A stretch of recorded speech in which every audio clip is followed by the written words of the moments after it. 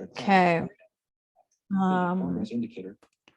Welcome to the Divinely You podcast, as well as Saradivinelyyou on YouTube. Ooh, okay. This is a fun topic. Okay. I'm going to talk about being a nomad because that's what I am. So what does it mean to be a nomad? It means that instead of having one stable place that I sit and stay at all the time, I travel and I go to different places and live in different places and just keep doing my thing. And since I work virtually and record videos and podcasts every day, and I crochet and I write books and I coach people and I Reiki people and all those things, I can do all of those things with Zoom and or just sitting around a space. So I sit around different spaces. So this is actually kind of not only like I'm a low vision nomad, but also a celebration video. I have a lot of things to talk about. So and normally this would be like my crochet or read day, but I decided this topic was way cooler and way more important. Okay, so I started my nomad journey in 2019, and I had lots of reservations about being a nomad because the nomads that I knew drove. I don't drive. I had all of these stories about like I couldn't go to the places that I wanted to because I don't drive, or I couldn't, like I had all of the I can'ts basically. And then I moved to California and I lived in an Airbnb for a couple of months. And then I got a job at a camp and I lived at a camp for a couple of months. And then I lived with somebody invited me to live with them. And so I lived with her and her family for the rest of the time that I was in California. And I was in the Bay Area. And so, yeah, it was quite an adventure, but I have to say, like, every adventure that I've kind of gone on has been worth it in many, many unforeseen ways. Like I couldn't have imagined spending the entire summer in the mountains in Napa. I loved it. First of all, there was very low cell signal, which at the time was perfect because I was outside, I was in the mountains, peaceful, dark nights.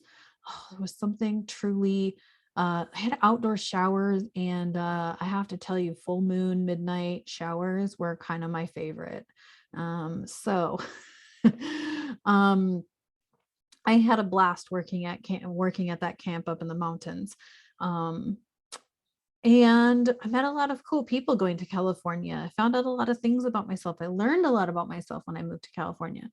So I was meant to go back to Illinois and live with my mom in Illinois, but Illinois gets cold. And I, granted, lived in Chicago for 15 years. You'd think it's cold. And I went to Western Michigan and Kalamazoo, Michigan for grad school. And I went to DeKalb or Northern Illinois University in DeKalb, which is also a very cold location. You'd think that no, this was you spend a few months out in warmer climates and you realize that you don't do cold very quickly. You realize very quickly that you don't do cold. And so my friend had invited me to come out here to Arizona. And I'm like, well, I got to take my stuff back to Illinois. So let me take my stuff back to Illinois and I will come out to Arizona for a couple of months. By the way, tomorrow, I'm recording this video on February 25th. So tomorrow, February 26th, is my 2-year anniversary of relocating accidentally to Arizona. Because what happened 2 weeks after February 26th is the world shut down.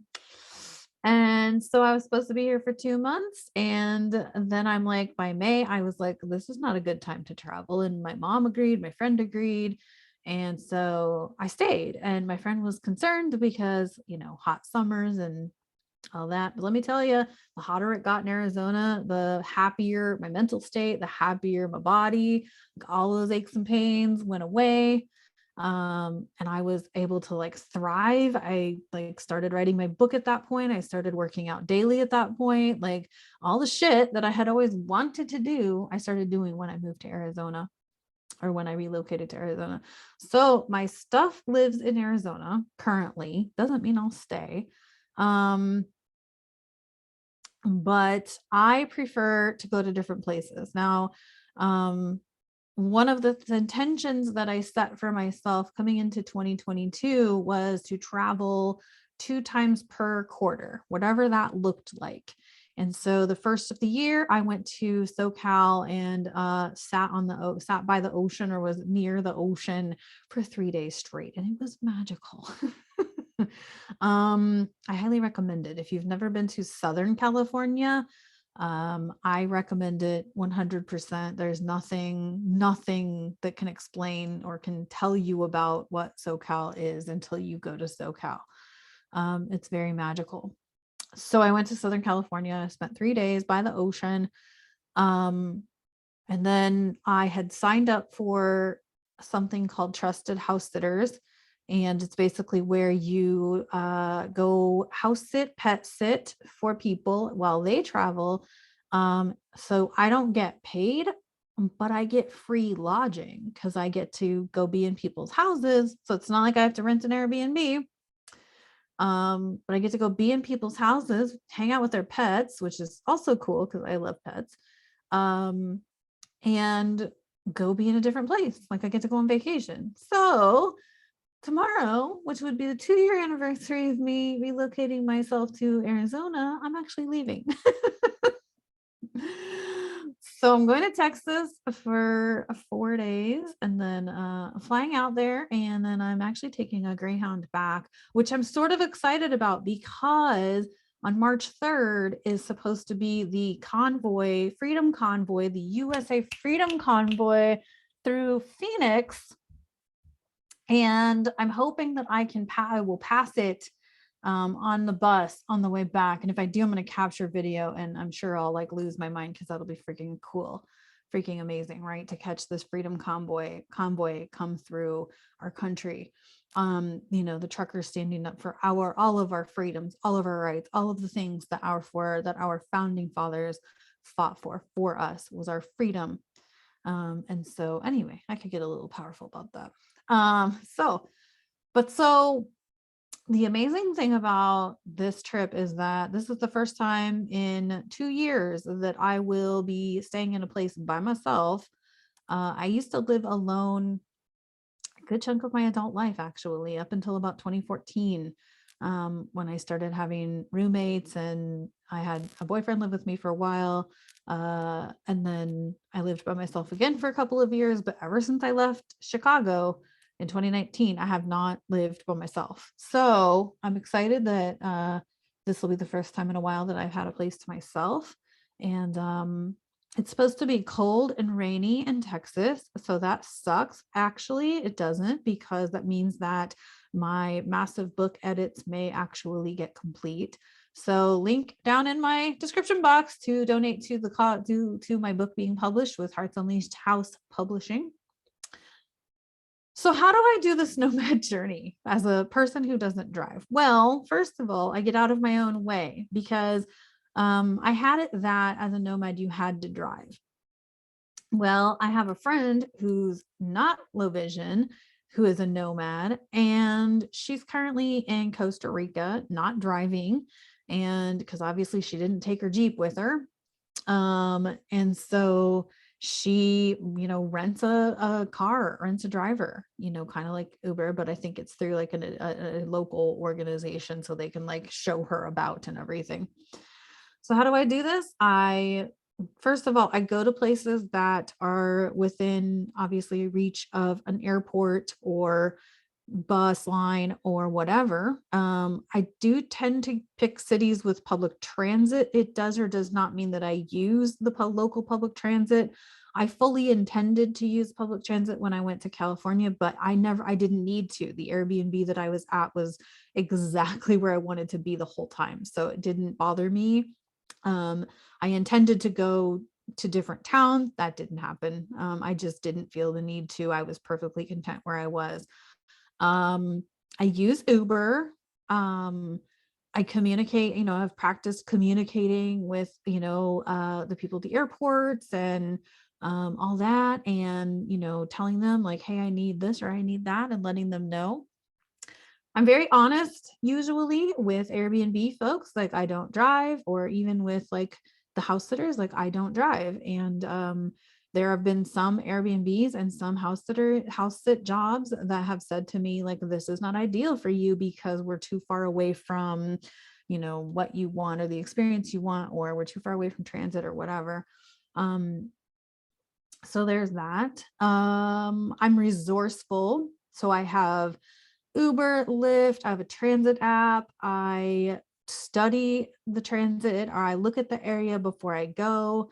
I also use delivery services. So if you have Instacart or DoorDash or Uber Eats or whatever, Grubhub, whatever, what's the other one? Shipped, I think, is one of the grocery delivery services. I just changed the address. I changed the address. I do that even in this area. When I've stayed at my friend's house in Phoenix, I would change my Instacart address and I would get my groceries delivered to his house. So you can use all these apps, like wherever you go. They're not limited to like you have to use it at home.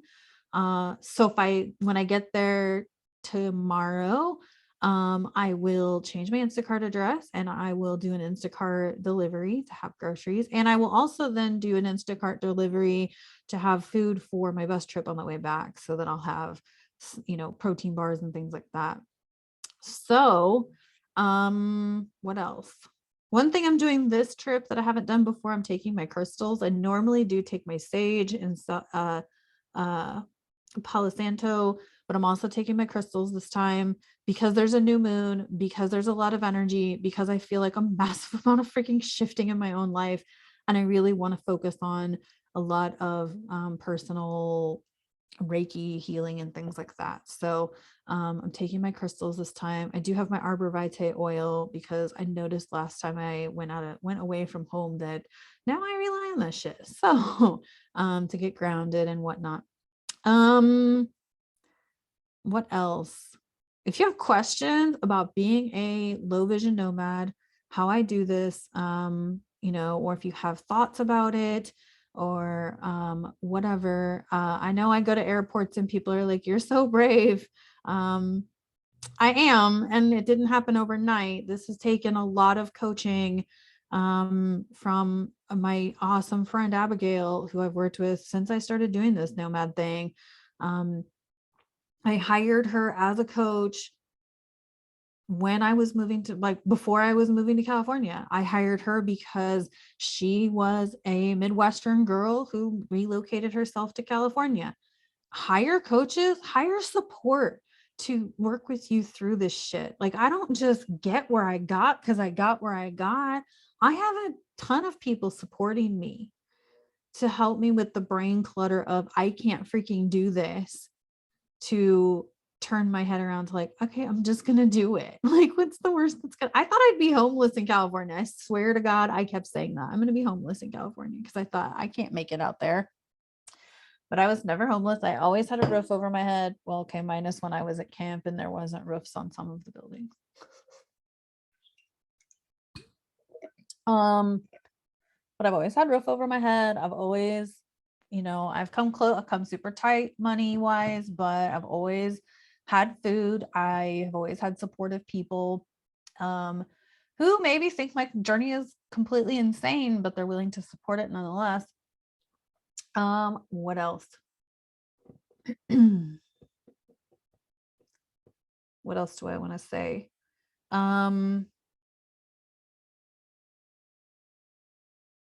When I went to, I do have laundry bags. I have backpack laundry bags, so I do use those.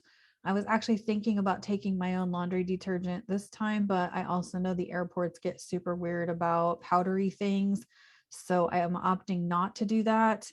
So one of the disadvantages of going to other people's homes is people who use highly fragranced laundry soap. It tends to just burn my skin. It burns my eyes, really flames up my system. And so I do have to be aware of that. I do supplement to support that, but it's hard when people, love the smell of their shitty, nasty laundry detergent. I'm sorry, I don't mean to sound judgmental, but that sure hurts my body. So that's one of the disadvantages. Other disadvantages are like I'm in a new area and I don't know how to get around. And sometimes I don't have time to like figure it out because it gets dark and I'm not so good at traveling in the dark or whatever. So there are those sorts of things. But I just have to trust. I really just trust that the divine, that God has a plan and that God is sending me on this journey for a reason. And I embrace that. I embrace that part of it. It's kind of like looking ahead to this trip going, it's going to be rainy and cold. I'm not going to get to really go anywhere and do anything. And I might not feel so great because it's a water new moon, power. Low battery. Uh-oh. Your MacBook. Okay.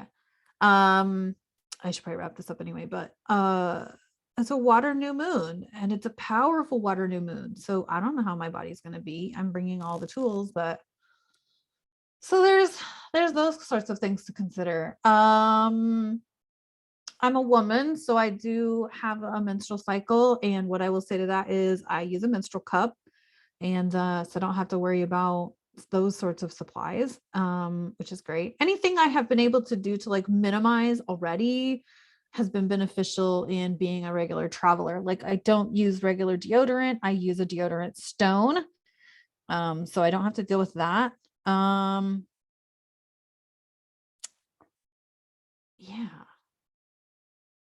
So it's a lot of like minimizing and really being consciously aware of what you actually need to take. I always have a crochet project with me, no doubt. I always have books downloaded to my iPad for audiobooks. I do not take my audiobook player with me because it's heavy and it's too much. So I use my iPad to read books. What else? I journal a lot. But mostly I do it so that I can have time to myself and really just reconnect to me and sift through all of the shit that's coming up for me. So anyway, I hope you found this to be helpful. Oh, so some celebrations. So let's end with celebrations and then I'm gonna go because I gotta go run errands and get ready to get out of here. I have to go from the west side to the east side today so that I can go to the airport at ridiculous hours in the morning. Celebrations. So this week I have had some major contacts with various entities, organizations. I've put some feelers out to other entities and organizations to have some coaching collaboration projects going on, and people seem to be excited about that. I don't want to say what the organizations or entities are because they're not in that, but anyway, communications have been initiated. I'll just put it that way. So that's amazing. Like I said, this Texas trip is coming and it's going to be gross and cold, which means I'll get to work on my book edits and hopefully ship that out to my editor very soon. Very exciting. Yesterday or today, excuse me, I booked my table at a pop-up vendor event that's right up the street from me. It's in March. It's in Arizona. So I'll be showing my crochet items for sale at that event. So that'll be my first in-person vendor event ever as a crocheter. So hooray. What else? There was some other stuff I wanted to say. Anyway, so celebrations all around. I have good things popping up. I posted a video. Today is February 25th. I posted a video in my Instagram stories. I posted it on my Facebook of an astrologer saying, like, we're in the middle of this major illusion of shit going on when it's actually the most magical astrology energy we could possibly have. And so I've heard multiple astrologers say it. So tap into yourself. Do not fucking worry about what is going on out there. What's going to go on out there is going to go on out there. Look in yourself. Where do you want this life to go? Where do you want this life to go? What do you want out for yourself in this life? Like, I don't even know what's going on out. I mean, I'm quite aware of actually what's going on out there, but I'm so into the projects that I'm up to. I'm not even interested about what's going on out there. Prayers for the rest of the world, but honestly, we have an open border and problems in our own goddamn country, and we need to think about our own freedom. So that's all I got to say. Thank you so much. Have a good day. I hope this was a great whirlwind episode. Talk to you later. Love ya. Bye. Stop recording. Actions available. Zoom.us has new window. You are currently on a toolbar. To interact with the items on this toolbar, press Control Option Shift Zoom.us. Stop cloud recording.